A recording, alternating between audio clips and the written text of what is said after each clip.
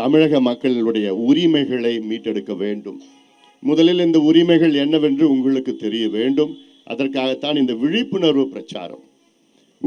உங்களுடைய உரிமைகள் என்னவென்று தெரிந்தால் நிச்சயமாக நீங்கள் அரசிடம் கேட்கலாம், தட்டி கேட்கலாம், கோபமாக கேட்கலாம், அமைதியான முறையிலும் கேட்கலாம்.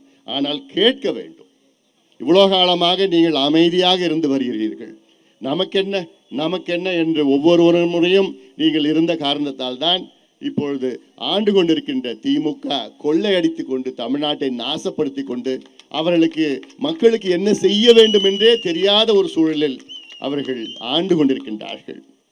இதற்கு ஒரு மாற்றத்தை கொண்டு வர வேண்டும். அரசியல் மாற்றம் வேண்டும், அதிகார மாற்றம் வேண்டும். வேணுமா இல்லையா? உறுதியா வேணும். 4.5 ஆண்டு காலம் திமுக ஊழல் திமுக.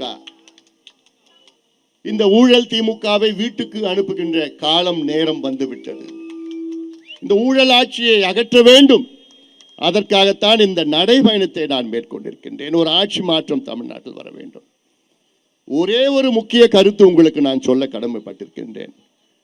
வருகின்ற சட்டமன்ற தேர்தலில் யார் வர வேண்டும் என்பதை விட யார் வரக்கூடாது என்ப ஆழமான கருத்தை நீங்கள் மனதிலே ஏற்றுக்கொள்ளுங்கள். இதுதான் முக்கியம். இவங்க வரணும், அதை விட இவங்க வரக்கூடாதுப்பா, இவங்க வரவே கூடாதுப்பா. இந்த தவறை கடந்த தேர்தலில் நீங்கள் செய்தீர்கள். தமிழ்நாட்டு மக்களை சொல்கின்றேன், கடந்த தேர்தலில் திமுகவை ஆட்சிக்கு கொண்டு வந்தீர்கள். தமிழ்நாட்டு மக்களே, இந்த தவறை மீண்டும் தயவு செய்து செய்யாதீர்கள். காரணம், இவர்களுக்கு ஆட்சி செய்த தகுதி கிடையாது, திறமை கிடையாது.